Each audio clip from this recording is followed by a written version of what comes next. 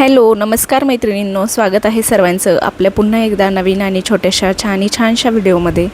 खरं तर आजचा व्हिडिओ हा माझा रेग्युलर रुटीनचाच आहे। डेलीचं जे रुटीन असतं तेच मी तुम्हाला दाखवणार आहे। पण आपण जे छोटे आपल्या घरातील कामं असतात ना, ते लांबणीवर टाकल्यामुळे आपल्या घरात कामांचा किती डोंगर साचू शकतो हेच मला तुम्हाला आजच्या व्हिडिओमध्ये सांगायचं आहे। चला तर सकाळच्या रुटीनला पहिले सुरुवात करते।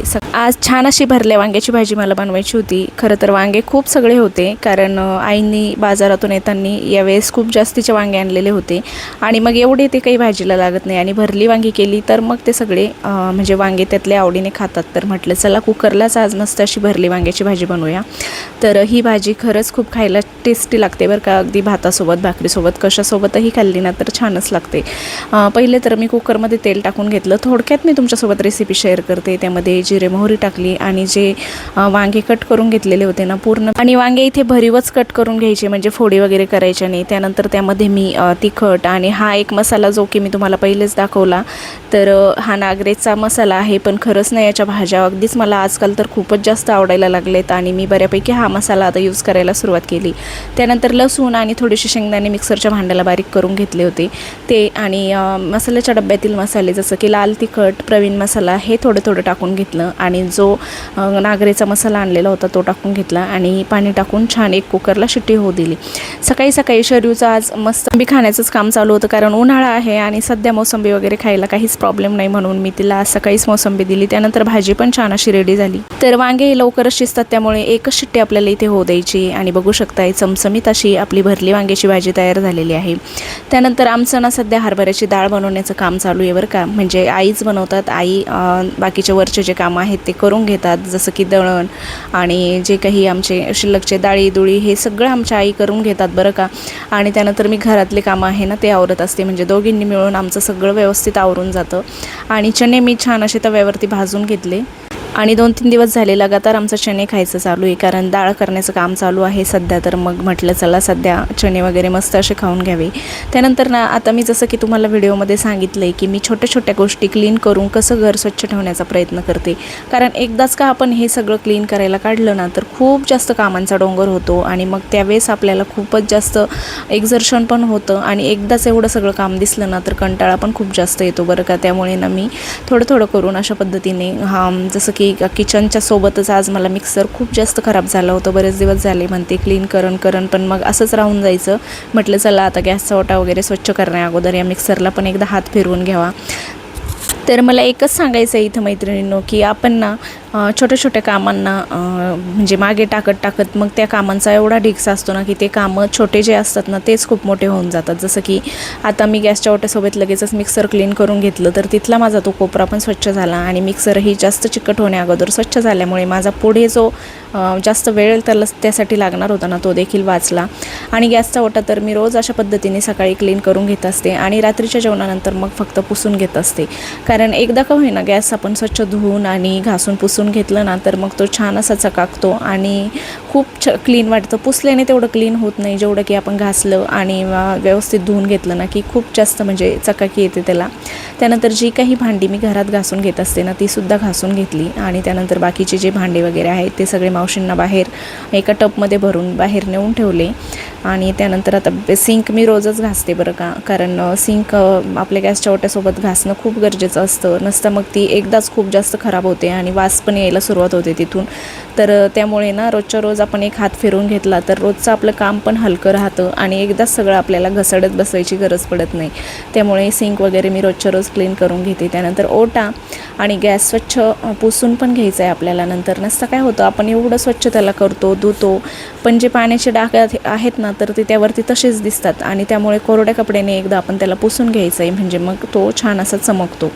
तर मैत्रिणींनो, आपल्या सगळ्यांनाच वाटतं की घर साफ करायला खूप वेळ लागतो, पण खरं सांगू का, घराचा ढीग एकदम तयार होत नाही, तो रोजच्या छोट्या छोट्या दुर्लक्षामुळे तयार होतो.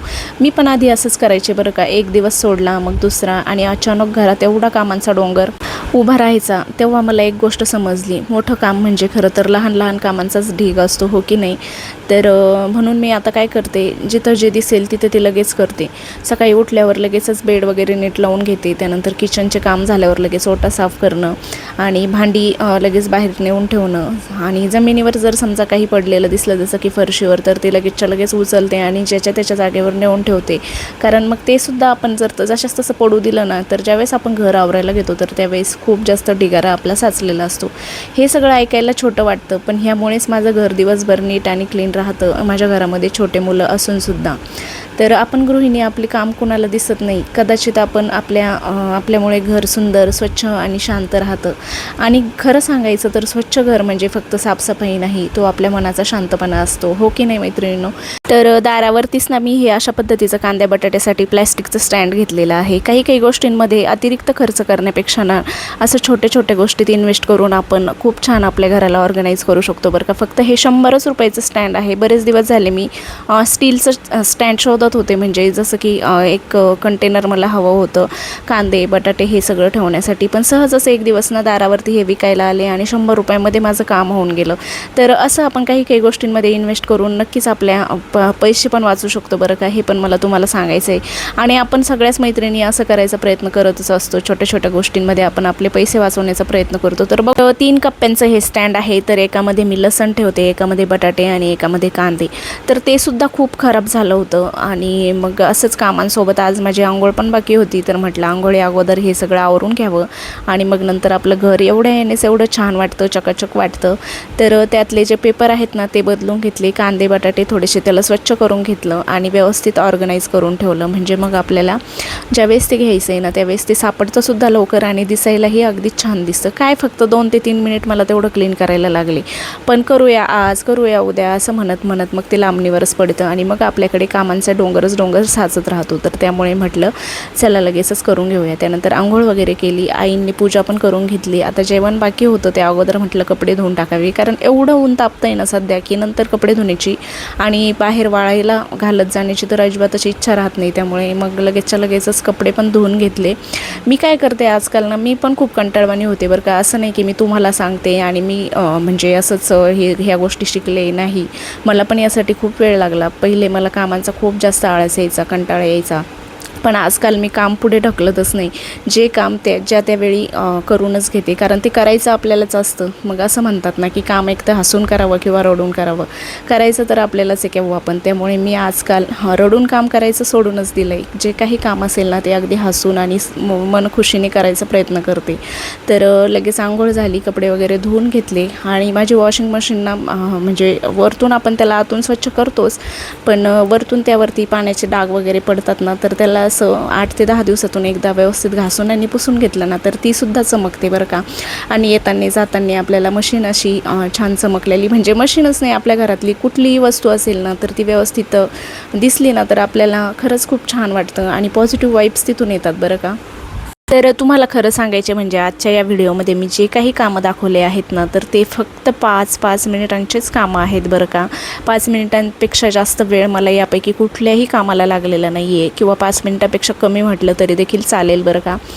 पण या छोट्या छोट्या कामांनीच आपलं म्हणजे एवढं घर पण छान दिसतं, आणि आपले हे कामं जास्त वेळ खाऊ पण नसतात. तर त्यामुळे ते जेव्हाच्या तेव्हा क्लीन केले ना तर ते वेळ खाऊ नसतात. पण आपण जर जास्त ढकलत गेलो ना पुढे तर जसं की आता ही मशीन मी 8 दिवसाला स्वच्छ केली समजा, आणि हीच जर मी महिन्याला किंवा 2 महिन्याला क्लीन करायचा प्रयत्न केला, तर जी मशीन माझी फक्त कपड्याने पुसून स्वच्छ होती ना, तर ती मशीन मला स्वच्छ करण्यासाठी ब्रश पुन्हा स्क्रब हे सगळं घेऊन त्याला रगडत घासत बसावं लागेल, तेव्हा कुठे ती निघणार आहे. आणि 5 मिनिटांचा वेळ जिथे मला लागणार होता ना तर तिथेच मला जवळजवळ 1 ते 1.5 तास गेला असता. तर असंच असतं. त्यामुळे मग जेव्हाच तेव्हा 5 मिनिट वेळ देऊन आपण व्यवस्थित क्लीन करत राहिलं ना तर एवढं जास्त घाण आपलं घर होतच नाही बरं का. तर हे रूल्स मी आता फॉलो करते. जिथे पण मला कुठे थोडंसं खराब वाटलं ना की लगेचच्या लगेच मी क्लीन करायचा प्रयत्न करते. आणि तसं केल्याने खरंच घर स्वच्छ राहायला मदत होतेच, पण म्हणजे जिथे आपला जास्त वेळ जाणार ना तिथे कमी वेळामध्ये आपलं काम होऊन जातं. तर तुम्ही पण या ट्रिक नक्की फॉलो करून बघा आणि तुम्हाला काय याचा फरक जाणवतोय ते देखील मला कमेंटमध्ये नक्की सांगा मैत्रिणींनो. तर जर तुम्हालाही कामाचा ढीग होऊ द्यायचा नसेल तर ह्या 3 टिप्स लक्षात ठेवा. 2 मिनिटांचं काम लगेच करा, पुढे ढकलू नका. एक काम संपलं की लगेच त्याची जागा साफ करा. रोज थोडं करा, पण रोज करा. तर मैत्रिणींनो, मीही परफेक्ट नाही आहे बरं का, माझ्याकडूनही कधी कधी होत नाही, पण मी प्रयत्न करते रोज थोडं थोडं सुधारायला. कारण घर स्वच्छ ठेवणं म्हणजे आपल्या कुटुंबासाठी आपण केलेलं प्रेम असतं. चला तर, जर तुम्हाला हा ब्लॉग आवडला असेल तर लाईक करा, शेअर करा आणि आपल्या चॅनलवर जर नवीन असाल आणि अशाच रिलेटेबल व्हिडिओजसाठी चॅनलला सबस्क्राईब करायला विसरू नका. पुन्हा भेटू एका नव्या ब्लॉगमध्ये. तोपर्यंत सगळ्यांना नमस्कार.